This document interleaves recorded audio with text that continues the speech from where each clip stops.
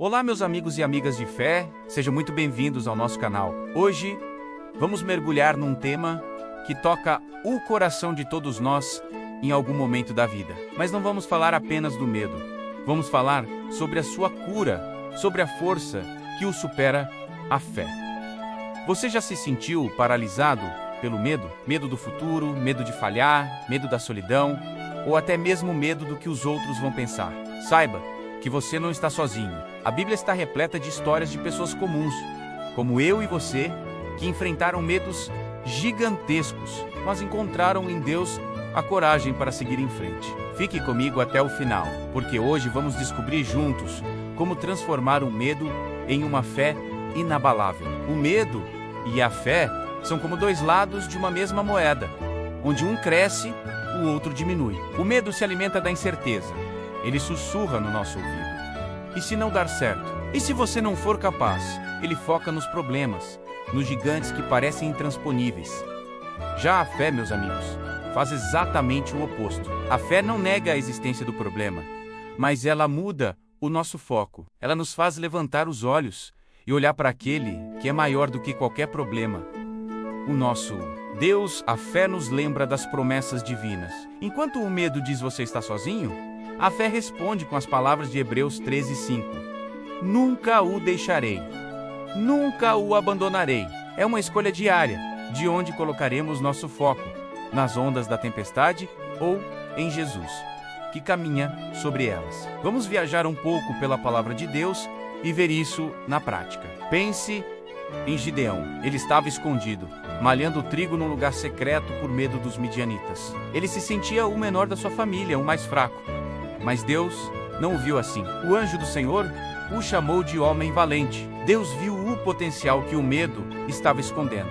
E com apenas 300 homens, confiando na estratégia divina, Gideão derrotou um exército incontável. O medo dizia que era impossível, mas a fé na palavra de Deus tornou o impossível uma realidade. E a história de Esther, uma jovem judia que se tornou rainha. Quando um decreto de morte foi assinado contra todo o seu povo, o medo certamente bateu à sua porta. Se apresentar ao rei, sem ser chamada, poderia custar-lhe a vida. Era uma sentença de morte quase certa. Mas ela escolheu a fé. Ela jejuou, orou e declarou uma das frases mais poderosas da Bíblia: se perecer, pereci. Ela colocou sua vida e o futuro do seu povo nas mãos de Deus e, através de sua coragem, a salvação veio. O medo queria silenciá-la, mas a fé deu a ela uma voz que mudou a história. E o que dizer de Pedro? Em meio a uma tempestade terrível no mar, ele viu Jesus andando sobre as águas. Cheio de fé, ele pediu para ir ao encontro do Mestre, e por um momento, ele também andou sobre as águas. Foi um milagre incrível, mas o que aconteceu em seguida? A Bíblia diz que, ao reparar na força do vento, ele teve medo e começou a afundar. Veja que interessante. O poder de Jesus não mudou. O mar não ficou mais forte. O que mudou foi o foco de Pedro. Ele tirou os olhos de Jesus e os colocou no problema, no vento, na tempestade. E o medo o afundou. Mas mesmo nesse momento de falha, Jesus estendeu a mão e o salvou. Isso nos ensina que, mesmo quando nossa fé vacila, a graça de Deus está sempre lá para nos levantar. Então a pergunta é: como podemos na prática fortalecer nossa fé para que ela seja maior que nossos medos? Eu quero te dar alguns passos práticos que você pode começar a aplicar hoje mesmo. O primeiro passo é mergulhar na palavra de Deus. A Bíblia não é apenas um livro de histórias antigas. É a nossa fonte de alimento espiritual. Romanos 10:17 diz que a fé vem por ouvir e ouvir a palavra de Deus. Quanto mais você lê e medita nas promessas de Deus, mais a sua mente e o seu coração se enchem de verdade. E a verdade expulsa o medo. Quando o medo do futuro bater, lembre-se de Jeremias 2:9-11, porque sou eu que conheço os planos que tenho para vocês, diz o Senhor. Planos de faz-los prosperar e não de lhes causar dano, planos de dar-lhes esperança e um futuro. Guarde esses versículos no seu coração. Eles são as suas armas na batalha contra o medo. O segundo passo é a oração. A oração é a nossa linha direta de comunicação com o Pai. É onde nós entregamos nossas ansiedades, nossos medos e recebemos a sua paz. Filipenses 4:6-7 nos orienta.